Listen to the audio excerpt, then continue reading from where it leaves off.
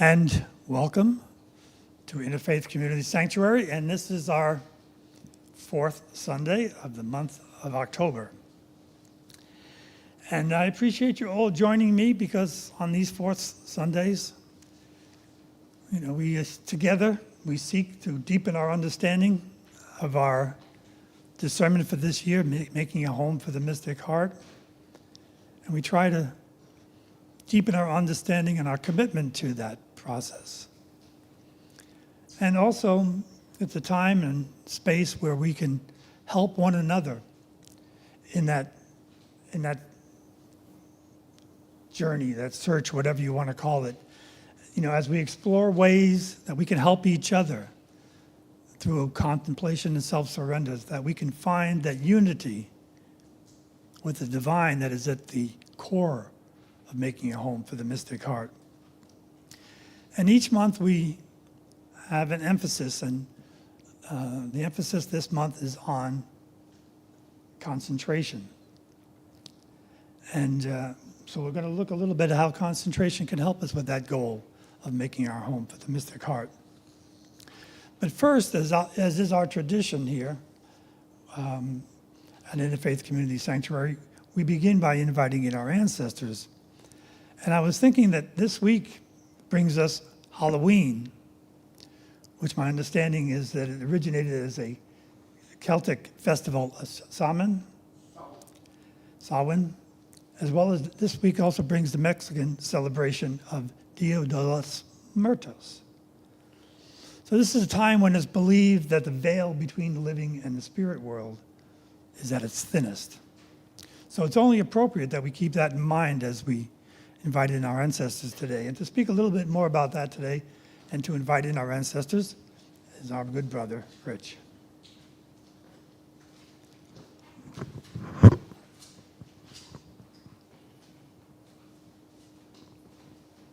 So, good morning, y'all. Thank you.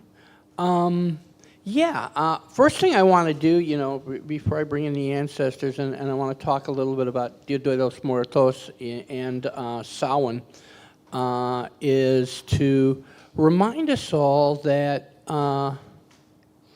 we are sitting on Duwamish land.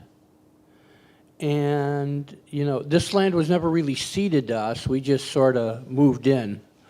And, but we would do well to remember that for generations, the Duwamish people, the Coast Salish tribes, were the caretakers of this land. And for those of you who are interested in learning more about it, there's a website called Real Rent. And it's run by the Duwamish tribe.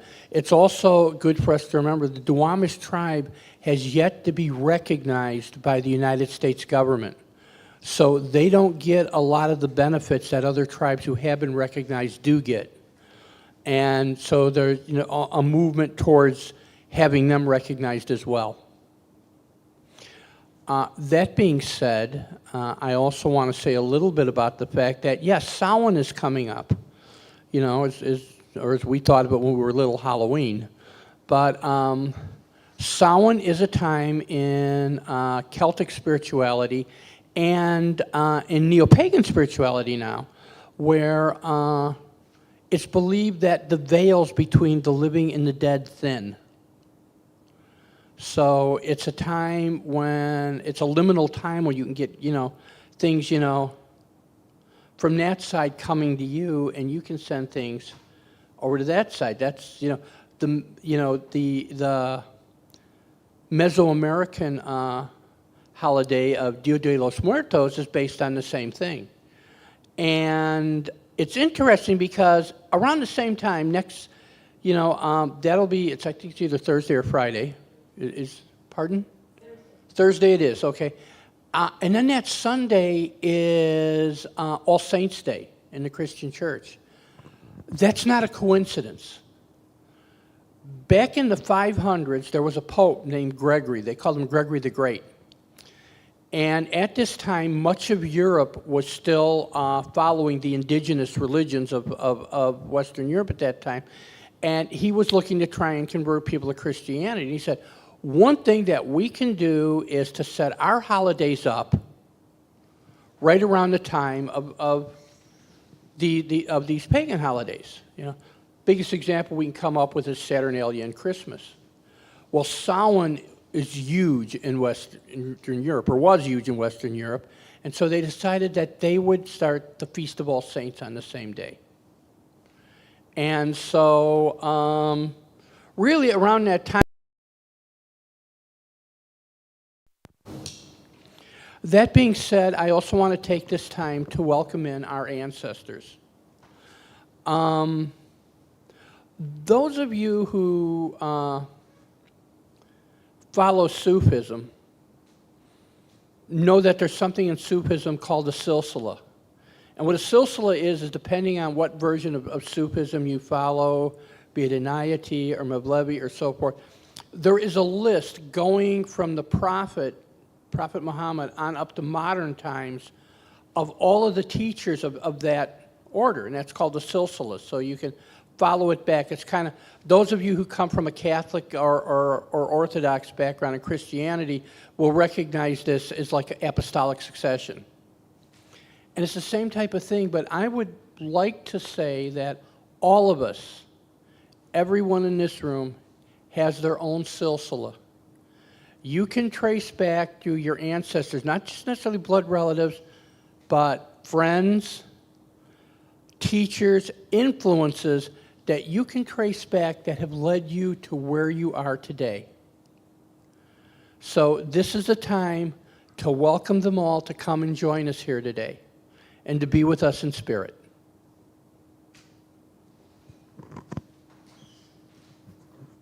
Thank you, Rich. I appreciate that. So another one of our traditions that we have is making an offering to the Divine Feminine. Since I couldn't get any takers this morning, I'm going to provide that offering myself. And I found something that I think is apropos. For me, the Divine Feminine is something I have to always remind myself is that the Divine Feminine is not something I need to look out for. It's something I need to look into. And one of the best ways for me to understand the Divine Feminine is as wisdom, or as we've talked about here many times, as Sophia. And there's this lovely lines here that come out of the wisdom of Solomon. And I thought I'd share those with you this morning. And I think it's also apropos to our theme of concentration as well.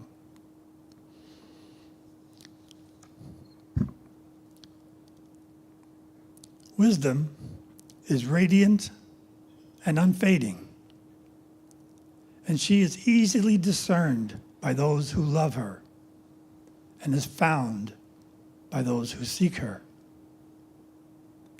She hastens to make herself known to those who desire her. He who rises early to seek her will have no difficulty, for he will find her sitting at his gates. To fix one's thoughts on her is perfect understanding. And he who will be vigilant on her account will soon be free from care, because she goes about seeking those worthy of her, and she graciously appears to them in their paths and meets them in their every thought.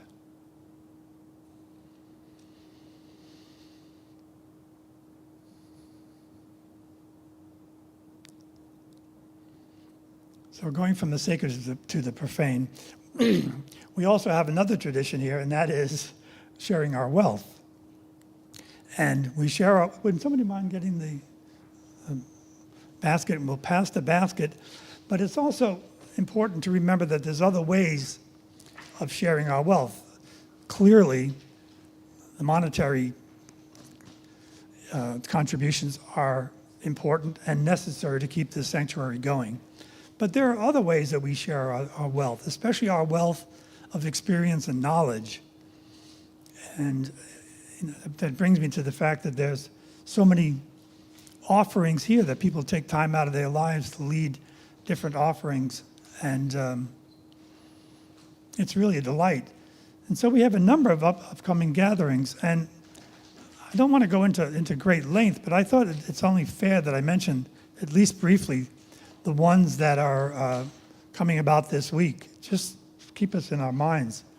So tomorrow night, Monday, at 7:30, both in person and on Zoom, the Malevi Order of America in Seattle offers Remembrance in the Heart of Rumi.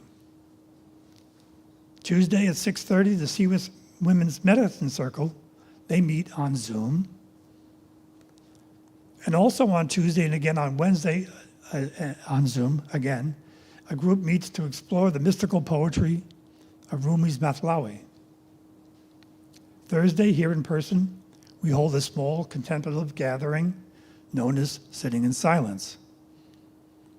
On Friday at 1:30 on Zoom are prayers in the Islamic tradition.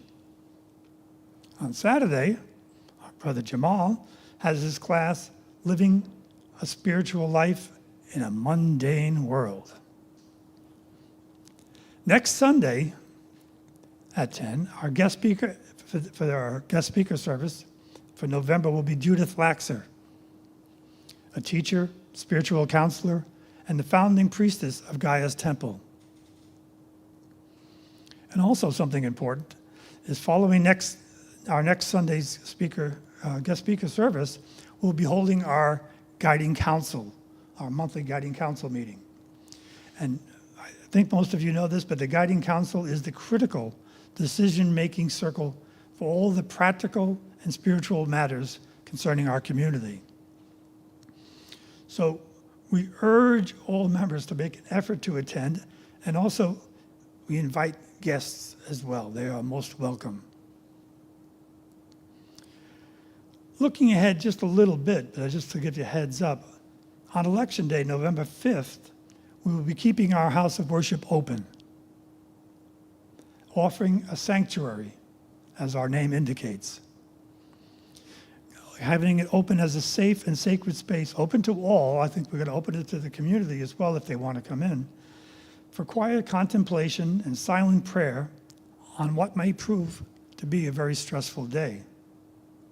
Sally Joe and Jamal have committed to being here from around 9-ish to around 3. I plan to join them. And so I invite you, and I hope you'll all come as well and share some time together. We look forward to seeing you there.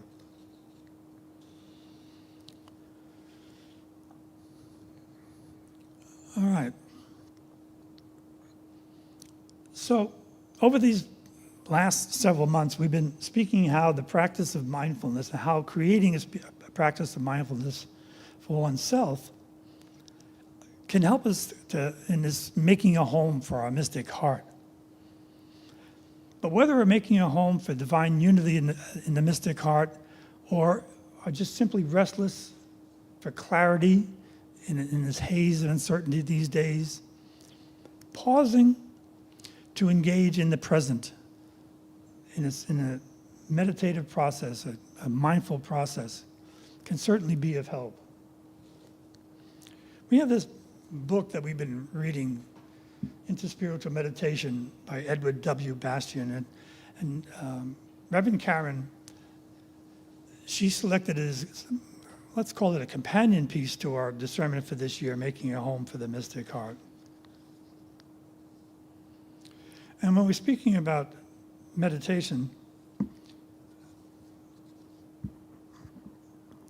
Bastian has this little bit to say about it. He says, meditation, it is said, helps us to rest calmly in the essence of our being, allowing us to move through the world with an inner stillness, contentment, and a compassionate empathy. In the depths of meditative awareness, we find ourselves connected to the essential nature of all beings.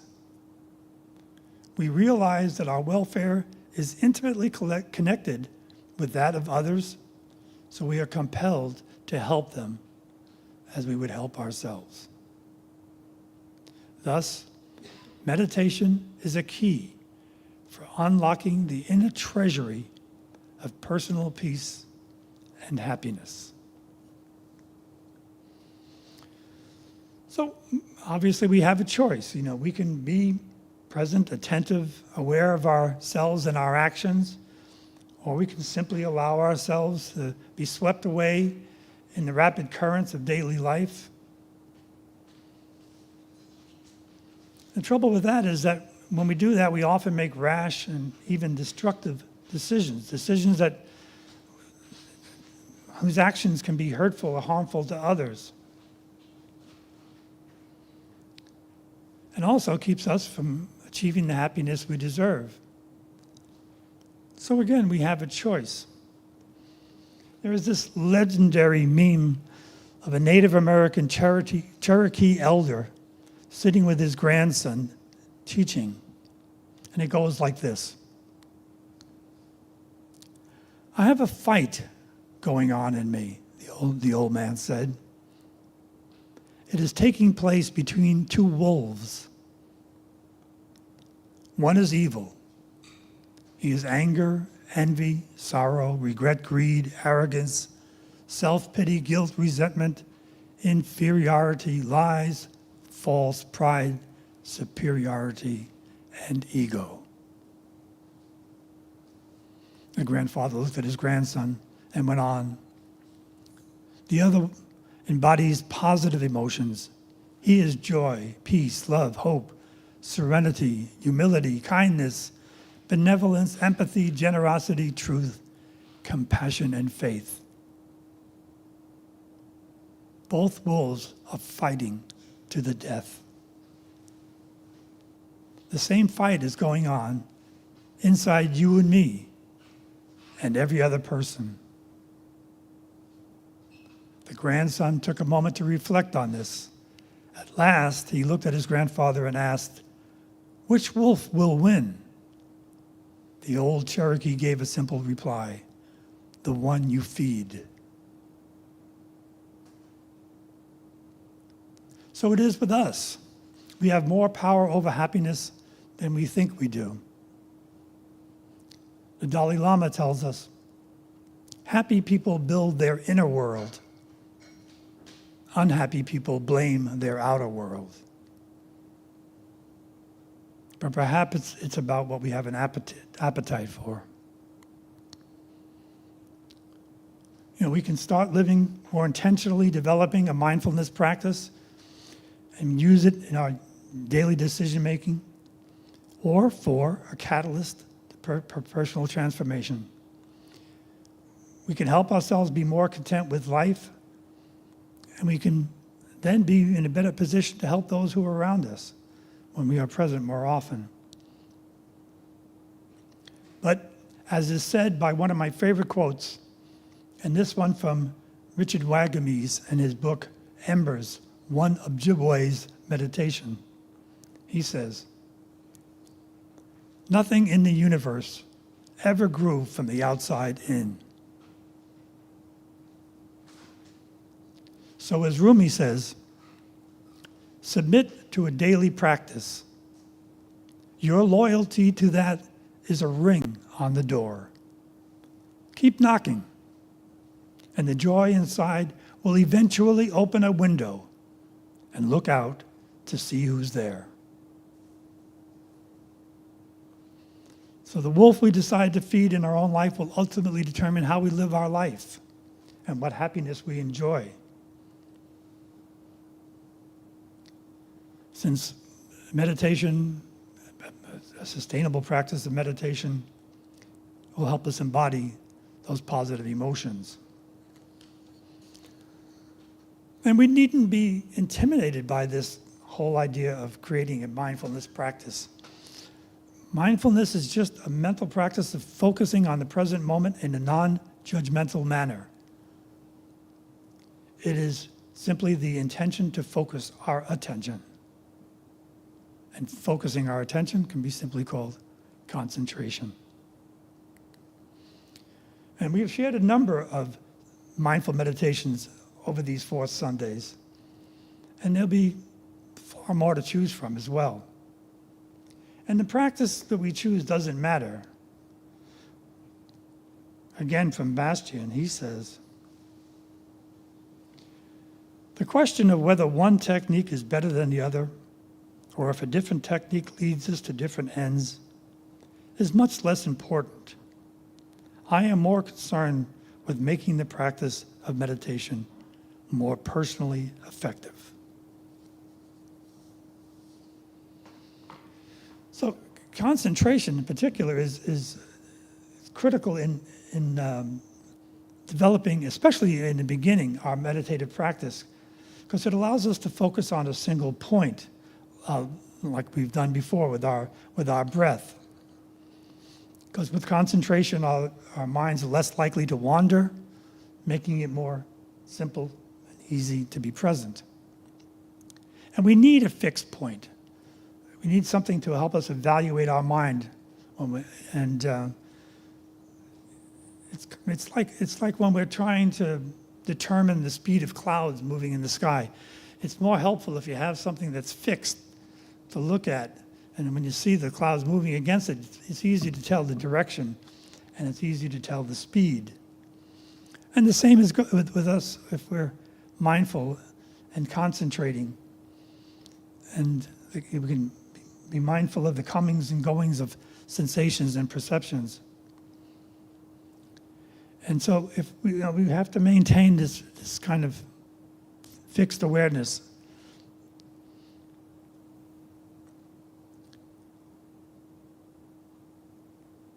And we all know of concentration. I mean, we all do it. It's not like it's something all that rare. I mean, at least for some brief period of time, we concentrate whenever we're reading, playing games, or simply threading a needle.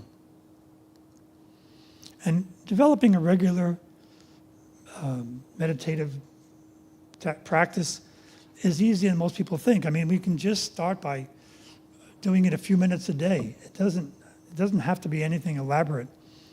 But the thing is like anything else, if we do something regularly, if we make let's call it a habit, after a while, if we do something, I don't know, there's probably some scientific theory that says if you do something for X number of days, it becomes something of a habit.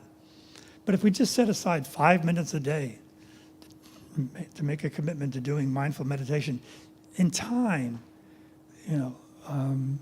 as we become comfortable with it, it will become habitual. And then building on that, we can make it into whatever we want it to be. But again, developing a meditative practice certainly does bring dividends. I have a quote here from Thich Nhat Hanh. Many of you know him. He says, "The energy of mindfulness contains the energy of concentration, as well as the energy of insight. Concentration helps us focus on just one thing. With concentration, the energy of looking becomes more powerful, and insight is possible. Insight always has the power of liberating us. If mindfulness is there, and we know how to keep mindfulness alive, concentration will be there too. And if we know how to keep concentration alive, insight will also come. The energy of mindfulness enables us to look deeply and gain the insight we need so that transformation is possible. When the mind, consciousness, practices concentration, the object of concentration is interbeing, interconnectedness, non-discrimination. If mind consciousness is quickly concentrated on these objects, insight will come surprisingly quickly. Mindfulness leads to concentration, concentration leads to insight, insight leads to understanding, and understanding leads to compassion. So the idea of concentration is that if done properly, it filters out everything but the object of our concentration. A concentrated mind is described as single-pointedness, totally focused on one thing and one thing only. And the two primary features of concentration are unbroken attentiveness to an object, and as a consequence, tranquility. So let us do a mindful practice together, one to help us develop concentration, one we haven't done before, one that's called mudra concentration. So just a little bit background, not to get too didactic about it, but a little background on the word mudra. Mudra is a Sanskrit term, and it simply means hand positioning or gesture. It can be very helpful with meditation by guiding the flow of energy in the body and focusing the mind. We see mudras a lot when we see statues of the Buddha. Buddhas always have different hand positions. There are many hand positions. They're simple. One's called the Gaya position. One is called the Apan position. One of the ones I'd like to do today is called the Dhyana position. And it is said that the Dhyana position is the mudra that Siddhartha Gautama, better known as the Buddha, that he used when he sat beneath the Bodhi tree and had his enlightenment. However, let's make it clear that yogis practice using the mudra long before Siddhartha did. So it's a simple position. It's keeping your hands, palm facing upward, and we slowly lower our hand down into our lap. And then we slowly and gently lower our other hand on top of that hand, sitting in our lap. So it's sitting, you can't see it here, but it's just sitting like that. And then we join our thumbs together. First of all, make this kind of like a vessel or a pot, if you will. And then we bring our thumbs together to form a kind of a triangle, and we place it gently in our lap.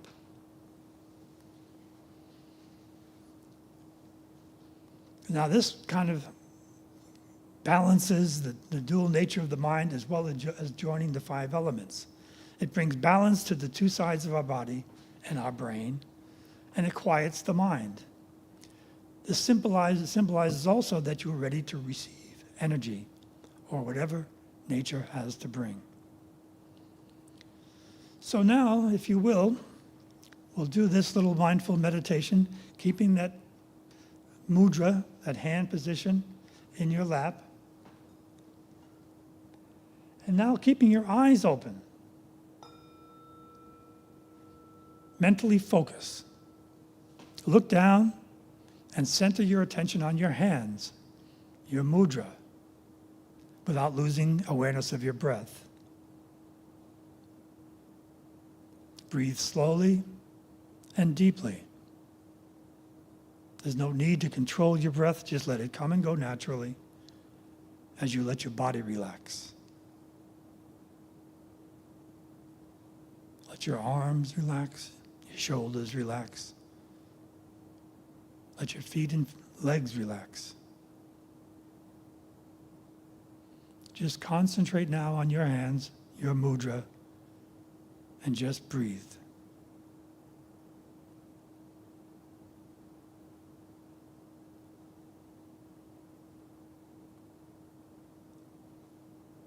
Begin to feel the mudra's energy in your hands. Can you feel your pulse in your fingertips? Sense pressure, perhaps warmth.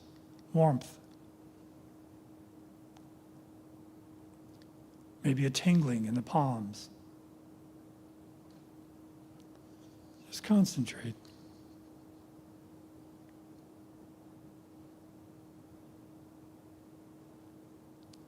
If our concentration wavers, the thumbs may part, or we may get lost in thought. If we become aware of our mudra shifting, we just simply readjust. When we become aware that the mind has strayed, we simply return to the object of our concentration, our mudra, our hands.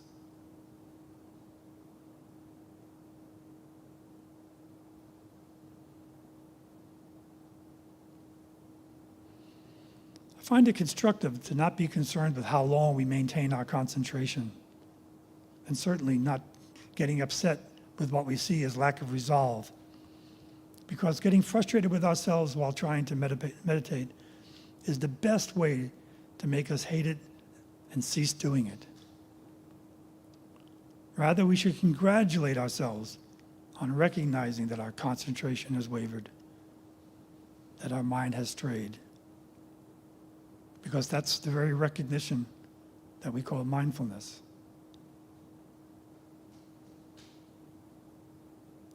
Continue to be with one with your mudra and the sensations in your hands.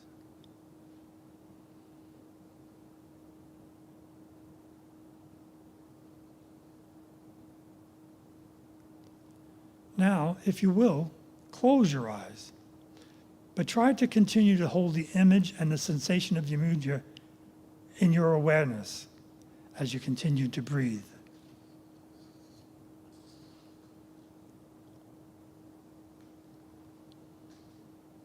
Should the image or sensations of your mudra fade,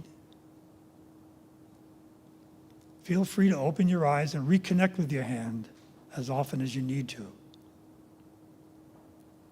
And I will leave you now for a moment with that.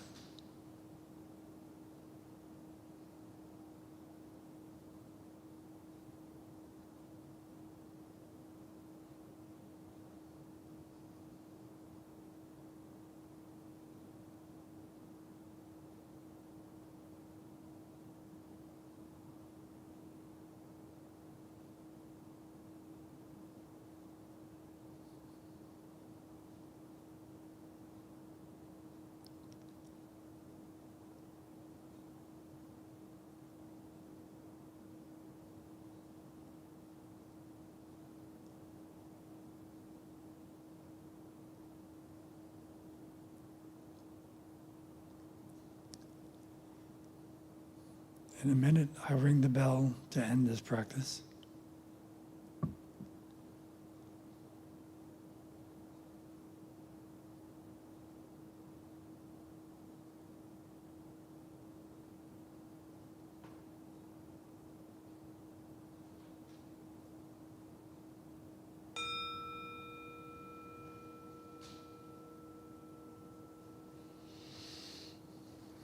Well, thank you all for joining me in that.